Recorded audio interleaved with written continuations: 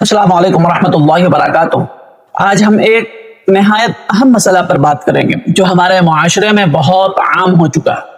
بعض اوقات ماں یا باپ اپنی زندگی کے آخری وقت میں وصیت کر جاتے ہیں، میرے انتقال کے بعد میری زمین یا جائیداد بیچ کر میرے طرف سے حج کر دینا، یا اور بھی وصیتیں ہوتی ہیں اس طرح کی۔ لیکن افسوس، ان کے انتقال کے بعد اولاد اس وصیت کو پورا کرنے میں ٹال مٹول کرنا شروع کر دیتا ہے۔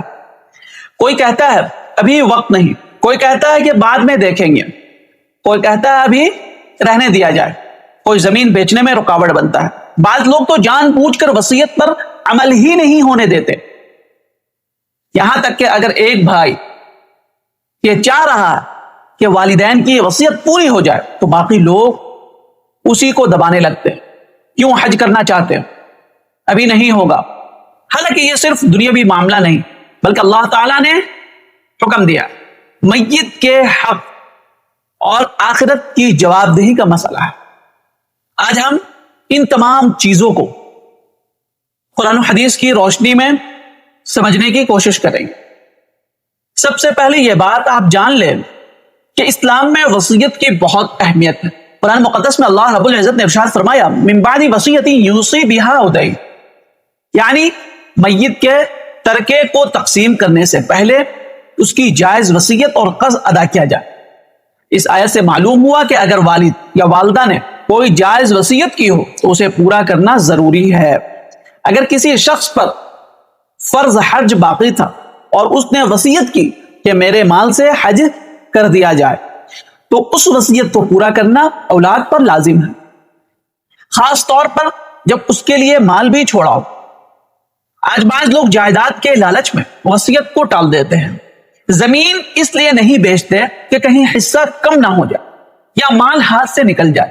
لیکن یاد رکھیں، جو مال اللہ تعالیٰ کے حکم اور میت کے حق میں خرچ ہونا چاہیے تھا، اسے روکنا بہت بڑا گناہ کا کام ہے۔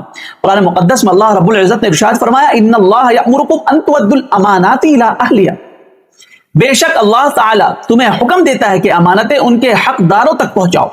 والدین کی وصیت بھی ایک امانت ہے، اور اس امانت میں خیانت کرنا اللہ تعالیٰ کی ناراضگی کا سبب۔ میرے عزیز، اگر 4 بھائی ہو اور 4 بہنیں ہوں، ان میں سے ایک بھائی یہ چاہتا ہو کہ والد یا والدہ کی وصیت کے مطابق زمین بیچ کر حج کر دیا جائے، لیکن باقی لوگ جان بوجھ کر رکاوٹ ڈال رہے، تاخیر کر رہے یا اس بھائی کو دبانے کی کوشش کر رہے ہیں، تو گناہ ان تمام لوگوں پر ہوگا جو وصیت پوری ہونے سے روک رہے ہیں، کیونکہ وہ ایک جائز دینی حق میں رکاوٹ بن رہا۔ یاد رکھیں، دنیا کی زمین، مکان اور جائیداد چند دن کی ہے، لیکن آخرت ہمیشہ کی۔ آج اگر انسان چند لاکھ یا چند ایکڑ زمین کی لالچ میں والدین کی آخری خواہش پوری نہ کرے، وصیت کو پوری نہ کرے، تو کل قیامت کے دن اسے اللہ تعالیٰ کے سامنے جواب دینا ہو۔ اللہ کے نبی صلی اللہ علیہ وسلم نے ارشاد فرمایا کلکم راع وکلکم مسئول عن رعیتہ، تم میں سے ہر شخص ذمہ دار اور ہر ایک سے اس کی ذمہ داری کے بارے میں سوال ہوگا، پوچھ گچھ ہوگا۔ اولاد سے بھی سوال ہوگا کہ تم نے اپنے والدین کے حقوق ادا کیے یا نہیں، ان کی وصیت پوری کی یا نہیں۔